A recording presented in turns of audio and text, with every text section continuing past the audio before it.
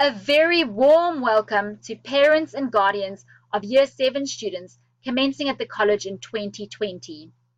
I am Mrs. Watson, Head of Year 7, and I will be sharing some information with you about the delivering of a differentiated curriculum in Year 7. This information evening is framed within the Family School Partnerships Framework, which this college promotes, encourages, and abides by. Family school partnerships are collaborative relationships and activities involving school staff, parents, and other family members of students at school. Effective partnerships are based on mutual trust and respect and shared responsibility for the education of the children and young people at the school. Families are the first educators of their children, and they continue to influence their children's learning and development during their school years and long afterwards. Schools have an important responsibility in helping to nurture and teach future generations, and families trust schools to provide educational foundations for their children's future. At the same time, schools need to recognize the primary role of the family in education. That is why it is important for families and schools to work together in partnership. One of our 2020 families who believe in the importance of this partnership is the Morris family. Bill and Julia Morris have given their permission for their son Jethro's peers to get to know him a little better. Jethro is 12 years old and the oldest of two boys. His brother Justin is 10 years old. Jethro likes swimming, cars, and movies. His favorite thing to do is recite movie lines, which he will often do in conversation with you. Movies about cars are simply the best. Jethro is very good at kicking a ball, working with numbers, and keeping things in order. And even though his family does not believe that this fact defines him, they would like for you all to know so that it helps you to better understand Jethro. Jethro has been diagnosed with autism spectrum disorder. Autism is a lifelong developmental condition that affects, among other things, the way an individual relates to his or her environment and their interaction with other people. The word spectrum describes the range of difficulties that people on the autism spectrum may experience and the degree to which they may be affected. Some people may be able to live relatively normal lives, while others may have an accompanying learning challenge and require continued specialist support. The main areas of difficulty for those living with autism are social communication, social interaction, and/or restricted or repetitive behaviors and interests. People on the autism spectrum may also have unusual sensory interests, such as sniffing objects or staring intently at moving objects, sensory sensitivities, including avoiding everyday sounds and textures, such as hair dryers, vacuum cleaners, and sand, and intellectual impairment or learning difficulties. An estimated 1 in 70 people has autism. That's almost 230,000 Australians. Autism affects almost 4 times as many boys than girls. So now that we have a better understanding of Jethro's diagnosis, let's take a closer look at him in this context. These are all the things the college feels it's necessary for his peers to be aware of for his safety, learning, and comfort, as well as for the safety, learning, and comfort of all students. Firstly, Jethro is motivated when his interest is piqued or when he is rewarded for completing a task. Some of Jethro's challenges include maintaining eye contact when he is speaking to someone, staying focused on tasks that do not interest him, regulating his emotions, eating certain foods, and using his fine motor skills. Jethro's struggles are triggered by an unexpected change in routine and/or loud noise. He prefers calm, clear, and quiet communication. Jethro prefers to be on his own or with 1 or 2 friends. He does not like large crowds or too much noise. He does not enjoy loud music or singing and prefers not to participate in birthday celebrations. Jethro does not always keep eye contact in conversation, which people may find unusual. He's also meticulous about his belongings, counting them out, lining them up, and generally not sharing them with others, since he finds comfort in having his items together and organized. Therefore, knowing what we know about Jethro, the college has a responsibility to meet his educational, physical, and social and emotional needs. Educationally, students on the autism spectrum need to be understood, engaged, and included, and taught in a manner that they understand. This links directly with the Disability Discrimination Act of 1992 and the Disability Standards for Education of 2005, two Australian laws that protect the rights of students with disability. They apply to all education providers, who then have the responsibility of creating inclusive education policies within their institutions. A copy of our college's inclusive education policy is available in your information evening document pack, and we ask that you familiarise yourself with this policy before commencing with our college next year. Through inclusive education, not only are educational needs met, but the aim is to meet the students' physical and social emotional needs at the same time. For Jethro in particular, this includes a safe, familiar physical environment, small groups, quiet classrooms, and for teachers, staff, and students to understand him better. Further needs and strategies are documented in an IEP, which is an individualized education program for Jethro, which teachers and support staff at the college will follow. We move on to the main purpose of this evening, which is to unpack what is meant by a differentiated curriculum, explain how we plan to make use of a differentiated curriculum, and how this will affect all Year 7 students and their parents next year. So firstly, a differentiated curriculum is a learning program that ideally meets the academic needs and interests of every student. This means that all the teaching approaches outlined in the curriculum are flexible so that the content being taught is digestible and refreshingly challenging for each individual child. In a class of 20 or 30 students who will undoubtedly possess slightly different needs, interests, and skills from each other, an effective differentiated program can be a challenge for teachers to implement.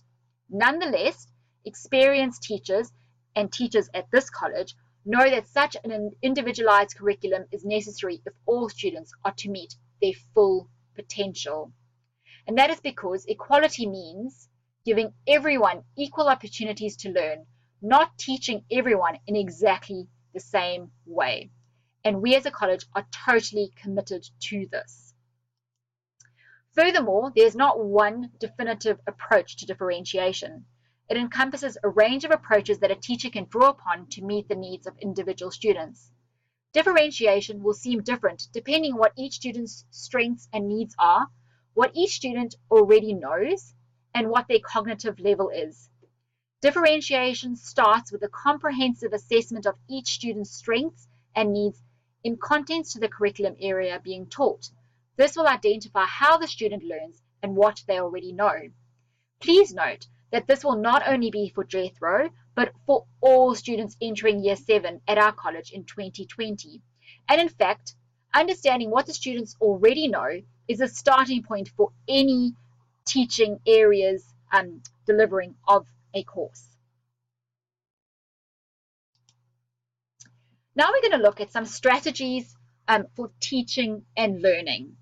We are going to look at 8 strategies that in particular are focused to students on the autism spectrum, but benefit students across the whole Year 7 cohort. So firstly, we'll look at classroom routine. All students, particularly students on the autism spectrum, appreciate routine. And in fact, us as parents appreciate routine. Year 7 classes will follow the following routine: a classroom greeting, a special starter activity, then similar transition cues and wrap-ups. The activity or day will close in the same way, thereby setting up structure, clear expectations, and routine. Importantly, if the routine is to be changed, teachers will be sure to use plenty of advance notice verbal cues. Number 2 looks at preparatory commands and commands of execution to cue transitions. Students with autism often struggle with transitions. That means moving from one task to the other. Therefore, teachers will use preparatory commands that cue in on the forthcoming action words to help these transitions. Again, this structure is helpful for all students. Using the preparatory command, when I say move, we will, followed by a command of execution, such as move, sets up clear expectations. Other examples are, in 5 minutes, we will finish that paper and discuss it. Or, okay, now let's switch papers and discuss answer 2.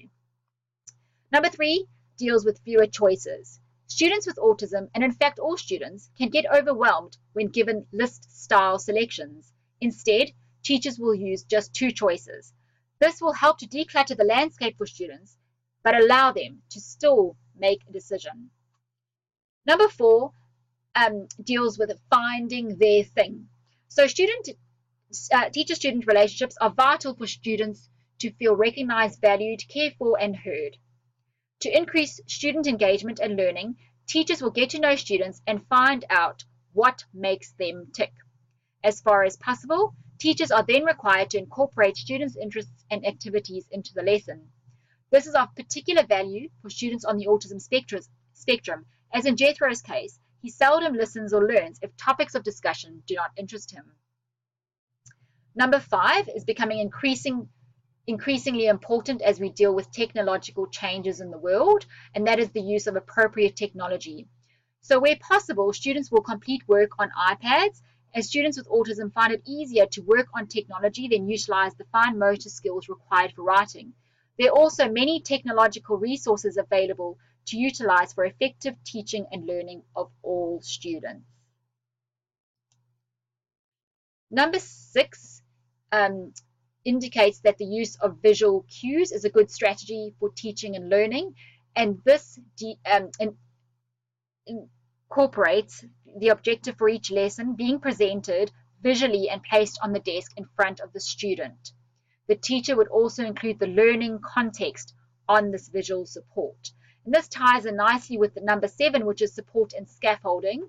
Supporting or scaffolding a student's learning involves knowing where a student's knowledge or skill level is and progressing this to the learning objective. So to achieve this, teachers will use a range of supports and slowly modify or remove these as the student demonstrates independence that they have grasped or developed the new skill concept. This may include the support of another adult or a peer. So often there may be a buddy system set up in the classroom where a peer actually scaffolds the student in question. And finally, probably the most importantly, especially at this information evening, is to treat them like any other student as much as possible. Yes, sure, students with autism have specific needs, but so does every other student.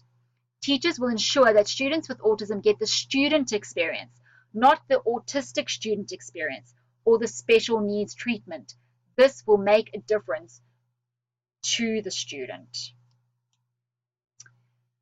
Now, moving on from teaching and learning strategies, we're going to look at some classroom management strategies, and these, of course, go hand in hand. So I'll start off by stating that our main classroom management strategy at this college is relationship building with the students. Where there is mutual respect and students know what is expected of them, there is a natural tendency towards calm, productive, and well-managed classrooms. Some of the aforementioned teaching and learning strategies, for example, routine, preparatory commands, and then planning for transitions and preparing students for change, will assist with effective classroom management. Teachers should also review lesson plans for the day and preempt activities and tasks that might create frustration in students, particularly students with autism and other disabilities. Teachers should consider the impact of sensory factors and attempt to minimize this impact. So that means if the classroom is too hot or too cold, or if there's activities touching objects that may, feel different, that kind of thing. So it is important for the teachers to be aware of those and preempt the impact of those on the students. The next point suggests that providing opportunities for students with autism to have a meaningful contact with peers who have appropriate social behavior is important. Often students model the behaviors of others, so if we can get buddies in the class to act in an appropriate social manner, then other students will follow. And finally, we encourage you to please refer to the college's behavior management policy, which outlines the behavior expectations of all students. Although this document is a guide, behavioral problems will be reviewed on a case-by-case basis to ensure fairness and consistency across all Year 7 students, but this will be done within reason. And this is where you come in. So let's have a look at the involvement of parents. Firstly, we ask that parents please share these slides and the accompanying policies with your children so that they become aware of what to expect for next year, how best to include their peers, particularly Jethro, as well as what is expected of them as Year 7 students. With your help and guidance, students should also become familiar with the routines and strategies that will be followed in Year 7 so that this is not a surprise to them when they arrive here on their first day. We would like for you to reiterate to students that to treat Jethro as just another student so that his experience here is as normal a school experience as possible. Communication, communication, communication. I cannot stress this enough. Our college can only improve from constructive feedback from parents, so we welcome any and all communication. Please refer any questions, comments, or concerns to me at awatson@acbc.wa.edu.au. And finally, I just want to talk a little bit about the involvement of other professionals, since there will be some professionals that you're likely to see around the college next year. Firstly, Jethro receives government funding for a full-time education assistant who will accompany him to his Year 7 classes and assist him by scaffolding his learning. An occupational therapist from the Autism Association of WA will visit him twice per week for an hour each time to complete exercises for the improvement of communication and his fine motor skills. And finally, a representative from ASWA, which is the Association of Independent Schools of Western Australia, will visit the college twice per term to ensure that Jethro has settled well into college life and to provide any additional advice and support to the college staff involved in his care. Thank you, parents, for your time and support. We hope that this information has been helpful and will make the college experience a great one for you and your students, and we look forward to seeing you next year.